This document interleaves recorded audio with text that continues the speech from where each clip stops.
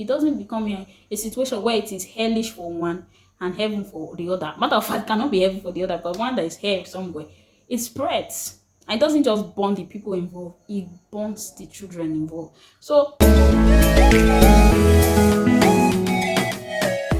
hey, it's Saxere, and I welcome you back to the show. Yes, welcome to our first podcast for the year 2024. I want to officially say Happy New Year, everybody, to our first timers, to our returning subscribers. Happy New Year. It's almost like I came and I disappeared. I'm so sorry, and I promise this year will be better, bigger, and I'll be more frequent. So, ladies and gentlemen, you know we always have it up right here. So today I bring you yet another interesting discussion. And this discussion is based on some of the things that happened on the social media space from the month of October to November and December. And this particular trend is not like it just started, it's some of the things we have been observing. But in November, December, it was like back to back drama.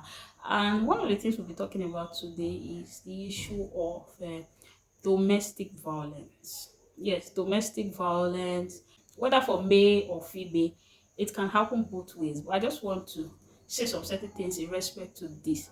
And I think one of the incidents that occurred that trended was the incident of an Akwa Ibom lawyer that assaulted a wife. Like, it was so gruesome and it was sad. It was a sad incident because you'd have thought that the law knows the law.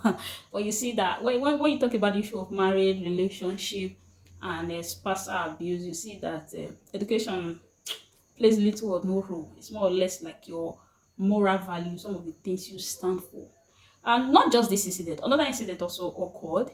We also saw Israel DW and his wife, you know, Israel of Davido's crew and the wife. So we also had stories upon stories, and then not that I'm not even done. We also heard about the story of Emeka Ike. I remember Emeka Ike when I was growing up, like, but that's not the discussion for today. Emeka Ike and his wife, like, guys, what's happening? Una know they make this marriage they interest us again. Oh. Anyway, those incidents, it was sad, and this podcast is not just for us to determine who is right or who is wrong, but one of the things we heard, we could see a clear display of toxic environment within the marriage setting, and we could see spousal abuse, we could see domestic violence, and it's common. Like I said, it did not just start now, it has been ongoing. And one of the things we want to say, it begs the question.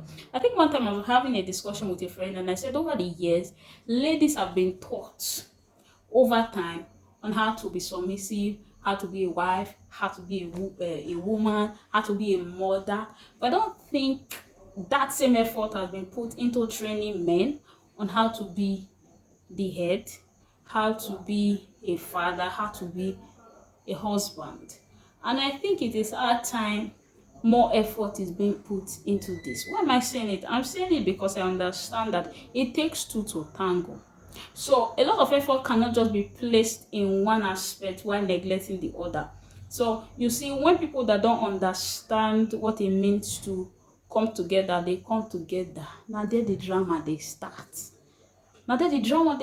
So it got me thinking. And some of the things I will want to say, I think I saw a clip by Victoria Orenze addressing something similar to this using the Proverbs 31 scenario. Often than not, when you read the story of the Proverbs 31 woman, you see the woman and her wonders. So prior to this clip, I've always thought that the Proverbs 31 man, like the husband of the woman, is a lazy man.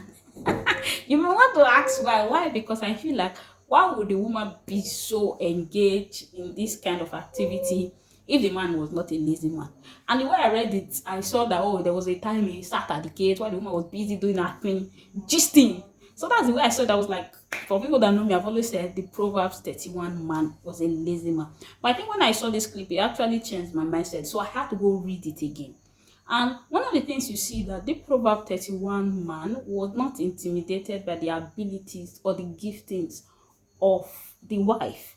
And I think men need to be taught on how to allow their wife grow, how to cultivate attributes in their wife, how to it should be that a woman, when the woman left her home, left her father, and she was entrusted to you, it should turn out that you are doing a better job than where she's coming from. So it is an aberration that when you now come online, you start seeing some certain things and it doesn't actually tell well of the leadership of the house, how the house was ruled, how the man handled the issue. I'm not blaming anybody, but I just wanted to address this issue of um, domestic violence, but more specifically about trainings that have been done for men in particular. So I think this clip, let us go out watch this clip. Let us watch this clip.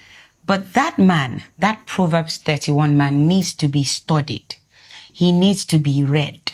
Yes. He needs to be discovered. He needs to be, what do they call it now he needs to be researched.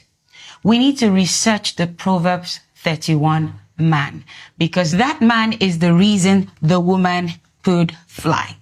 There has to be a group of men that have been trained and raised up to cater for the needs of their wife. When I mean needs of their wife, let her blossom, let her grow, let her be better off than where she's coming from. And it's sad. A lot of people don't really understand what it means to be a head. A lot of men don't understand what it means to be the one with strength. A lot of people don't know how to handle or authority. People as little as kindness in itself. People don't know what it means to be kind to their wife. People don't understand what it means to be patient. These things, they don't fall on anybody. I don't claim that it falls on anybody. It's something that I feel there should be room and opportunity where the issue of submission is being stressed for the woman.